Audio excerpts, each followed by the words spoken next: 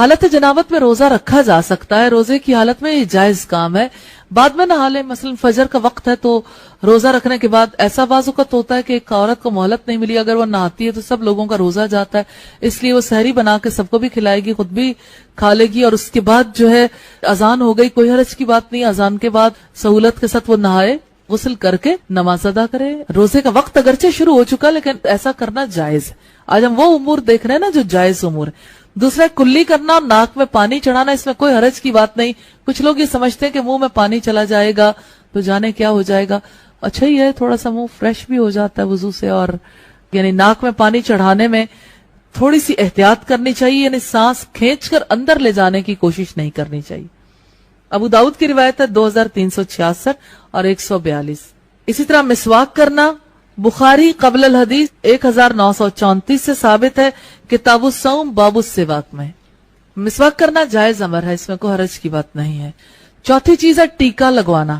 ایسا ٹیکا جس کا مقصد قوت یا خوراک نہ ہو، اس کی حیثیت بیرونی دوا کی ہے جو معدے میں نہیں جاتی، کیونکہ کھانے پہ پابندی ہے نا، جو آپ منہ سے لے کے جائیں. اگر کوئی یعنی وائٹمن کا ہے یا کوئی قوت والا ٹیکا ہے، کیلشیم کا انجیکشن ہے یا آئرن کا ہے، ایسا انجیکشن نہیں لگوایا جا سکتا. لیکن اگر دوا ہے تو دوا میں کوئی حرج نہیں، کیونکہ وہ ٹیکا معدے میں نہیں جا رہا. پانچویں چیز ہے تیل لگانا اور کنگھی کرنا، بخاری قبل الحدیث 1913 سے ثابت ہے. چھٹی چیز ہے گرمی کی وجہ سے غسل کرنا. ابو داؤد کی روایت ہے 2365. کچھ لوگ کہتے ہیں غسل کر لیتے ہیں تو ہم تو بالکل ٹھیک ٹھاک ہو جاتے ہیں، تو پھر تو روزہ خراب ہو جاتا ہے. پھر روزہ کوئی یعنی کڑھائی میں ڈال کے رکھنے کا نام تو نہیں ہے خود کو، کہ آپ جو ہے وہ ہر وقت ایک مخصوص مشقت میں ہی رہے. اگر آپ کو گرمی لگی ہے آپ غسل کر لیں، غسل کرنا جائز ہے، کوئی حرج کی بات نہیں. ایک سے زائد بار کر لیں، کوئی حرج کی بات نہیں. ساتویں چیز ہے ناک میں دوا ڈالنا.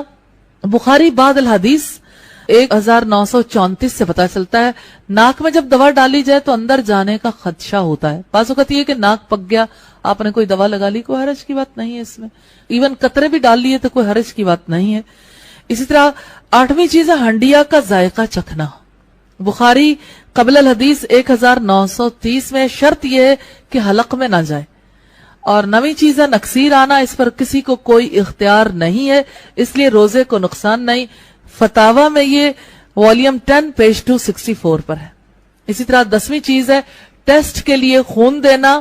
11ویں پچھنے لگوانا، بخاری 1938 اور 39 پر ہے. 12واں سرما لگانا، ابن ماجہ کی یہ روایت ہے. اور اسی طرح سے کان یا آنکھ میں دوائی کے قطرے ڈالنا، فتاوا میں یہ والیوم 2 پیج 129 پر ہے. 14واں بیوی کو کس کرنا یا معانقہ کرنا.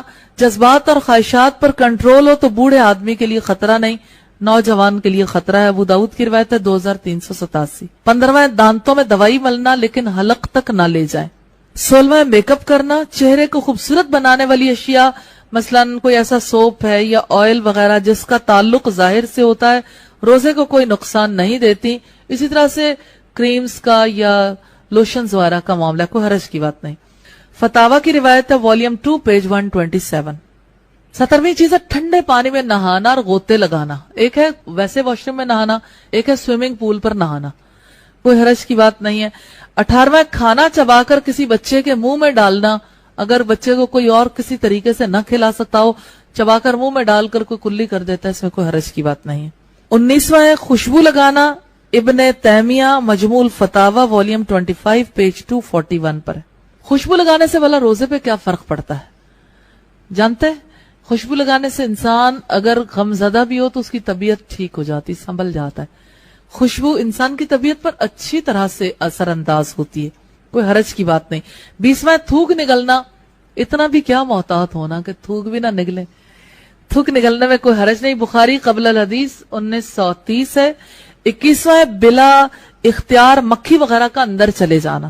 بخاری قبل الحدیث 1933. اور یہ حادثات ہوتے رہتے ہیں، لوگوں کو پھر شبہ ہو جاتا ہے کہ آیا ہمارا روزہ درست ہے یا نہیں. اس طرح 22ویں چیز ہے دانتوں سے خون نکلنا. فتاوا میں یہ والیوم 10 پیج 267 پہ ہے. اور 23واں بچے کو دودھ پلانا. دودھ پلانے میں کوئی حرج کی بات نہیں ہے. اگر دودھ پلانے والی ماں روزہ چھوڑنا چاہے تو بعد کے دنوں میں قضا دینی ہوگی. میں چاہتی ہوں کہ اس عرب ادیبہ کی 10 نصیحتیں جو اس نے اپنی بیٹی کو کی تھیں وہ آپ کے سامنے رکھوں. ازدواجی زندگی کو پرسکون بنانے کے لیے بڑی اہم نصیحتیں ہیں. پہلی وصیت ہے، اے میری پیاری بیٹی، میری آنکھوں کی ٹھنڈک، شوہر کے گھر جا کر قناعت والی زندگی گزارنے کا اہتمام کرنا. جو دال روٹی ملے اس پر راضی رہنا، جو روکھی سوکھی شوہر کی خوشی کے ساتھ مل جائے وہ اس مرغ پلاؤ سے بہتر ہے جو تمہارے اصرار کرنے پر اس نے ناراضگی سے دیا ہو. دوسری وصیت ہے، میری پیاری بیٹی، اس بات کا خیال رکھنا کہ اپنے شوہر کی بات کو ہمیشہ توجہ سے سننا، اس کو اہمیت دینا، ہر حال میں ان کی بات پر عمل کرنے کی کوشش کرنا. اس طرح تم ان کے دل میں جگہ بنا لو گی، کیونکہ اصل آدمی نہیں آدمی کا کام پیارا ہوتا ہے. اسی طرح سے تیسری وصیت ہے، اے میری پیاری بیٹی، اپنی زینت و جمال کا ایسا خیال رکھنا کہ جب وہ تجھے نگاہ بھر کر دیکھے تو اپنے انتخاب پر خوش ہو. سادگی کے ساتھ جتنی بھی مقدر ہو جائے خوشبو کا اہتمام ضرور کرنا.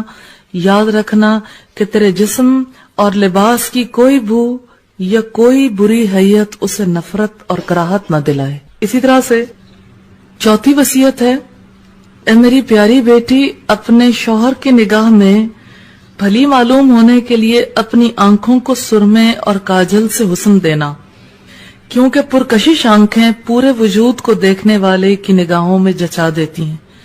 غسل اور وضو کا اہتمام کرنا یہ سب سے اچھی خوشبو ہے اور نظافت کا بہترین ذریعہ ہے.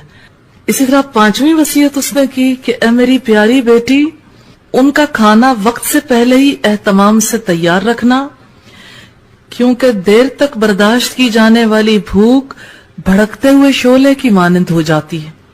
اور ان کے آرام کرنے اور نیند پوری کرنے کے اوقات میں سکون کا ماحول بنانا، کیونکہ نیند ادھوری رہ جائے تو طبیعت میں غصہ اور چڑچڑا پن پیدا ہو جاتا ہے. چھٹی وصیت ہے، اے میری پیاری بیٹی، ان کے گھر اور ان کے مال کی نگرانی، ان کی بغیر اجازت کوئی گھر میں نہ آئے. ان کا مال لغویات، نمائش اور فیشن میں برباد نہ کرنا، کیونکہ مال کی بہتر نگہداشت حسن انتظام سے ہوتی ہے اور اہل و عیال کی بہتر حفاظت حسن تدبیر سے. اسی طرح سے ساتویں وصیت اس نے کی، میری پیاری بیٹی، ان کی رازدار رہنا، ان کی نافرمانی نہ کرنا، کیونکہ ان جیسے باروب شخص کی نافرمانی جلتی پر تیل کا کام کرے گی، اور اگر تم اس کا راز اوروں سے چھپا کر نہ رکھ سکیں تو اس کا اعتماد تم پر سے ہٹ جائے گا. تم بھی اس دو رخے پن سے محفوظ نہیں رہ سکو گی.